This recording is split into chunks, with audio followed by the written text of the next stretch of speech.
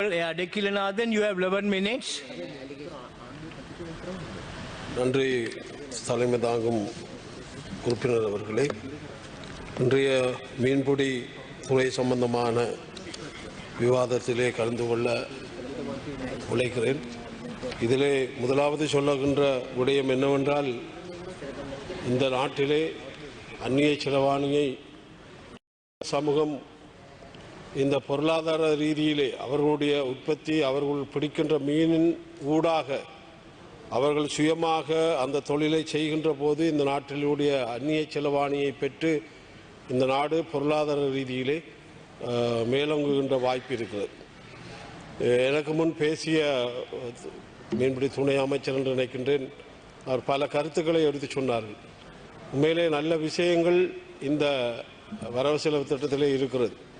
உதாரணமாக எண்ணெய் மானியம், அடுத்தது விவசாய கடத்தொழிலாளர்களுடைய அனைத்து பிரச்சனைகளையும் கவனத்தில் எடுக்க வேண்டும் என்ற ஒரு சிந்தனை இந்த அரசாங்கத்தில் இருக்கிறது. எதிர்க்கட்சியிலே இருப்பவர்கள் சொல்லுகின்ற ஆலோசனைகளை நீங்கள் ஏற்றுக்கொள்ள வேண்டும். கடந்த கால அரசு செய்கின்ற தவறுகளை நாங்கள் சுட்டிக்காட்டுகின்ற நிலைமை இருக்காமல் உங்களை நம்பி மக்கள் வாக்களித்திருக்கிறார்கள். ஆகவே அந்த விடயத்திலே நீங்கள் கவனத்தை செலுத்த வேண்டும் என்பது எங்களுடைய கோரிக்கை. இதிலே பிரதி சபாநாயகர் அவர்களே, உண்மையிலே எங்களுடைய மீனவர்கள் மிகவும் அந்த போர் காலத்திலும் சரி இப்பொழுதும் சரி மிக ஒரு பின்னோக்கிய நிலையிலே தான் இருக்கிறார். அவர்களுடைய வாழ்வாதாரம், அவர்களுடைய குடும்ப நிலை மிக மோசமாக இருக்கிறது. உதாரணமாக அங்கு பொதுவாக ஒரு பிரச்சனை, இந்திய இழுவைப்படகு, அதாவது தடை செய்யப்பட்ட மடிகளை கொண்டு இழுக்கப்படுகின்ற இந்த இந்திய இழுவைப்படகினுடைய பிரச்சனை பூதாகாரமாக வடித்திருக்கிறது. அங்கே அந்த மீனவர்களுக்கு இழக்கப்படுகின்ற வலை இழப்பீடு, தொழில் இழப்பீடு, அவர்களுக்கு ஒரு இன்சூரன்ஸ் வசதி செய்து கொடுக்கின்ற வாய்ப்பு இவ்வளவு காலமும் ஏற்படுத்தப்படவில்லை. ஆகவே அவர்கள் அந்த வலையை இழக்கின்ற போது, அந்த மீனவர்கள் அவர்களுடைய உடைமைகள் இழக்கப்படுகின்ற போது அதற்கான இன்சூரன்ஸை கொடுப்பதற்கான வழிகளை நீங்கள் கையாள வேண்டும். நான் ஒரு ஆலோசனையை சொல்ல விரும்புகின்றேன் அமைச்சர் அவர்களே. இந்த இந்திய ட்ரோலர்களை நான் எங்களுடைய இலங்கை மீனவர்களோடு பாராளுமன்றத்திலே எல்லா நாடாளுமன்ற உறுப்பினர்களும் நாங்கள் பேசி அவர்களோடு உரையாடுகின்ற போது அவர்கள் சொன்ன விடயம் என்னவென்றால், இந்த இந்திய ட்ரோலர்களுடைய வருகை குறையுமாக இருந்தால் அதற்கான மாற்று திட்டத்தை தாங்கள் தருவதாக சொல்லுகிறார். இந்தியாவோடு பகைக்காமல், தமிழ்நாட்டோடு பகைக்காமல் ஒரு மாற்று திட்டத்தை அவர்கள் தர முடியும் என்று சொல்லுகிறார். ஆகவே நாங்கள் ஒரு முறை தமிழ் தேசிய கூட்டமைப்பின் சார்பாக பிரதமர் மன்மோகன் சிங் அவர்களை சந்தித்த போது அவரிடம் ஒரு ஆலோசனையை நாங்கள் சொன்னோம். இந்த ஆழ்கடல் மீன்பிடி முறையை அறிமுகப்படுத்தினால் அது ஒரு பிரச்சனையை தீர்ப்பதற்கான வாய்ப்பு இருக்கிறது. ஆகவே நான் அமைச்சரிடம் ஒரு வேண்டுகோளை விடுக்கிறேன். தமிழ்நாட்டு முதலமைச்சரை சந்திப்பதற்கு ஏற்பாடு செய்யுங்கள். நாங்களும் வருகிறோம், உங்களோட ஒத்துழைக்க தயாராக இருக்கிறோம். அதே மாதிரி டில்லி அரசாங்கம், அதாவது டில்லியோடு பேசுவதற்கான ஒரு வாய்ப்பை உண்டு பண்ணுங்கள். நாங்கள் வருகிறோம். எங்களுடைய மீனவர்களுடைய பிரச்சனையை நியாயமான கருத்துக்களை நாங்கள் சொல்லி அவர்களை அதன் ஊடாக வருவதற்கான அனுமதியை மறுக்கப்படுகின்ற நிலையிலே அடுத்த திட்டம் அந்த இந்திய மீனவர்களுடைய வருகை எப்படி அமைய வேண்டும் என்பதை எங்களுடைய மீனவர்களே அந்த திட்டத்தை வகுப்பார்கள். ஆகவே இந்த ஆலோசனையை உடனடியாக நீங்கள் செய்ய வேண்டும். ஏனென்றால் கடந்த காலங்களிலே பேச்சுவார்த்தைகள் நடைபெற்றது ஒழிய அது இரண்டு மீனவ சமூகங்களூடாகத்தான் நடைபெற்றது ஒழிய ஒரு முறை டில்லியிலே நடைபெற்று அதற்கான தீர்மானங்கள் இட்டப்பட்டது. அந்த தீர்மானம் எங்களுடைய கையிலே இருக்கிறது. ஆகவே அந்த விஷயத்திலே நீங்கள் உடனடியாக கவனம் செலுத்த வேண்டும் என்பது எங்களுடைய வேண்டுகோளாக இருக்கிறது.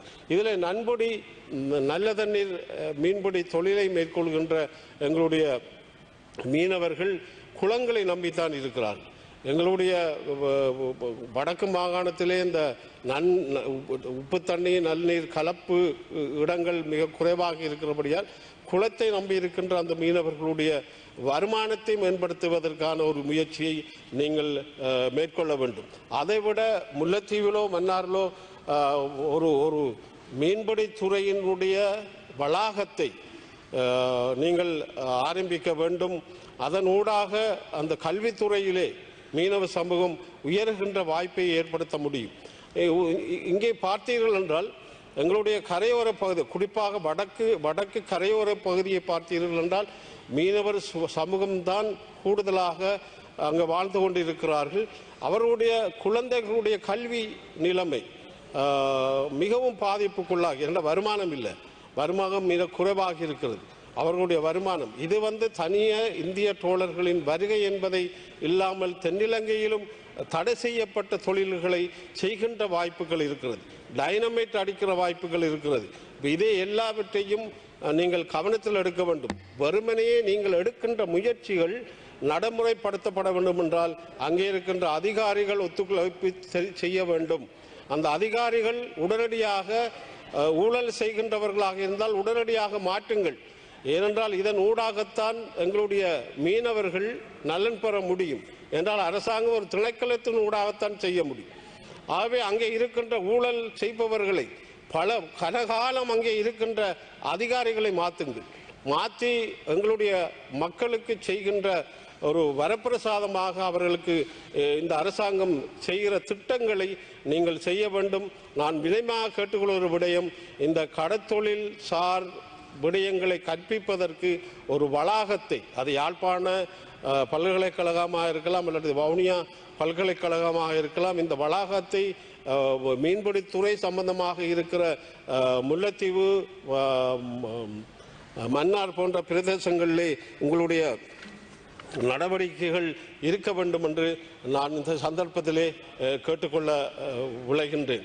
எனவே எங்களுடைய மீனவர்களுடைய பிரச்சனை, சாதாரண மீனவர்கள் வலையை, இந்த இந்திய ட்ரோலர்களுடைய வருகையால் வலையை இழந்து இருக்கிறார். பல லட்சக்கணக்கு அவர்களுடைய உடைமைகள் இல்லாமல் இருக்கிறது. இன்றைக்கு எங்களுடைய வடக்கு மீனவர்கள் மிக மிக மிக கஷ்டமான சூழலில் இருந்து கொண்டிருக்கிற சூழல். அவர்களை நீங்கள் கவனத்தில் எடுத்தால் அவர்கள் இந்த அதாவது அந்நிய செலவாணியை மீட்டு தள்ளுகின்ற ஒரு வாய்ப்பை உண்டு பண்ண முடியும். ஆகவே இதில் தீர்வு என்னவென்றால், முதல் இந்த இந்திய தோழர்களுடைய வருகையை நிப்பாட்ட வேண்டும் என்றால் தமிழ்நாடோடும் நடுவண் அரசோடு நாங்கள் பேச வேண்டும். அதற்கு உடனடியாக நீங்கள் ஏற்பாடு செய்யுங்கள். நாங்களும் எங்களுடைய மீனவர் சமூகம் சார்பாக நியாயமான கோரிக்கையை நாங்கள் வைக்க தயாராக இருக்கிறோம். அதற்கான மாற்று நடவடிக்கைகள் நாங்கள் செய்ய வேண்டும் என்பது பிரதானமான முடிவாக இருக்க வேண்டும். அதைவிட இன்சூரன்ஸ் பாலிசி எங்களுடைய மீனவர்களுக்கு இருக்க வேண்டும். இந்த கல்வி, சிறார்களுடைய கல்வி, அந்த இந்திய மீனவ சமூகங்களுடைய கிராமங்கள் முன்னேற்றப்பட வேண்டும்.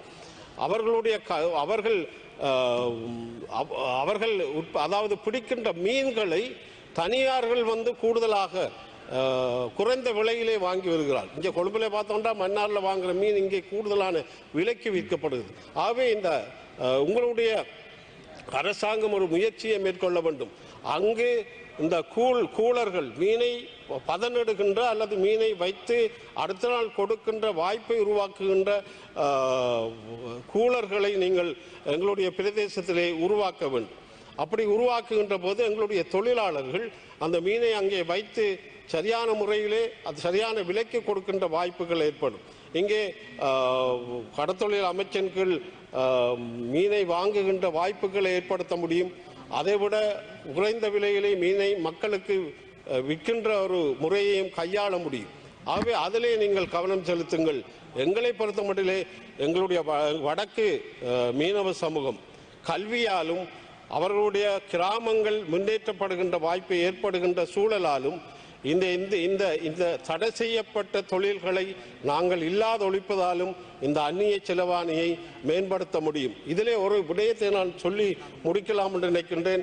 இன்றைக்கு இந்திய இளவு படகை வைத்துக்கொண்டு இந்தியாவோடு நாங்கள் முரண்பட வேண்டும் என்ற ஒரு சிந்தனை இப்பொழுது ஏற்படுத்தப்படுகிறது. அதுக்கு ஒரு காலம் நாங்கள் அனுமதிக்க முடியாது.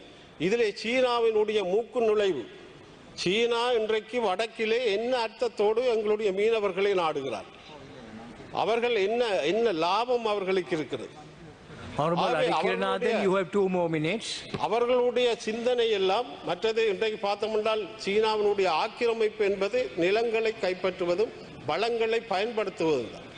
அதன் ஊடாக வடக்கிலே எந்த நடவடிக்கைகளையும் நாங்கள் அனுமதிக்க முடியாது. இந்தியாவை நாங்கள் இன்றைக்கு கரையோர பகுதியிலே பார்த்தீங்கன்றால் இந்தியா 35 கிலோமீட்டரிலே இருக்கிறது. 35 கிலோமீட்டரில் என்னுடைய பிரதேசம் மன்னார் பிரதேசம், அந்த பிரதேசத்தை பார்த்தோம் என்றால் 35 கிலோமீட்டரில் ராமேஸ்வரம் இருக்கிறது. அங்கே பரிசர்வீஸை உருவாக்குவதற்கு இந்தியா பல முயற்சிகளை மேற்கொள்கிறது. பாதை உற்பத்தி செய்வது பாதையை செய்வதற்கு இந்தியா முயல்கிறது. ஆகவே இந்தியாவை மீறி நாங்கள் இன்னொரு நாட்டின் மூக்கை நுழைவதற்கு அனுமதிக்க முடியாது. அது எங்களை பொறுத்த மட்டும் நாங்கள் அனுமதிக்க மாட்டோம் என்பதை நான் இங்கே சொல்லிக்கொள்ள விரும்புகின்றேன். சைனா கொடுத்த அரிசி இன்றைக்கு எங்களுடைய டிசிசி மீட்டிங்கிலே அது பேசப்பட்டது. தலைவர் இங்கே இருக்கிறார். அந்த அரிசி எந்த சந்தர்ப்பத்திலையும் பயன்படுத்த முடியாது. எங்களுடைய மக்கள் சாப்பிட முடியாது. அது சமைத்தால் அப்படியே களியாக போகிறது. அவர்கள் அதை எடுத்து கோழிக்கு தான் போடுகிறார். ஆகவே அது ஒரு பிரயோசனம் தாருங்கள். பிரயோசனம் இல்லாத விடயம். அதனை நாங்களும் கோவப்பட்டோம். இவ்வளவு 8000 கிலோகிராம் அரிசி அங்கே இருப்பதை நாங்களும் பார்த்து கோவப்பட்டோம். ஆனால் மக்களுக்கு பயன் இல்லாத அந்த அரிசிகள் எந்த இதுக்கு பயன்படும் என்பது என்னுடைய கருத்தாக இருக்கிறது. ஆகவே எங்களை பொறுத்த மட்டிலே நாங்கள் இந்த அரசாங்கத்தை நம்பி இருக்கிறோம். நான் அதுக்கு வாக்களித்திருக்கிறேன். காரணம், இந்த அரசாங்கம் நல்லது செய்யும் என்ற அடிப்படையில் எங்களுடைய மீனவ சமூகத்தை தூக்குவிப்பதற்காக நீங்கள் எடுக்கின்ற அத்தனை முயற்சிகளுக்கும் நாங்கள் ஆதரவு தர தயாராக இருக்கிறோம். ஆகவே எங்களுடைய சமூகம் என்பது போர்க்காலத்திலும் 2 கிலோமீட்டர்களால் செல்ல முடியும். அவர்கள் தொழில் செய்வதற்கு 2 கிலோமீட்டர்களால் செய்ய முடியும். ஆனால் இந்தியா ட்ரோலர் அந்த நேரத்திலே வந்து போனார். இப்பொழுது என்றால் இப்பொழுதும் அந்த நிலைமை தொடர்கிறது. அடுத்தது முக்கியமான விடயம் முடித்துக் கொள்கிறேன்.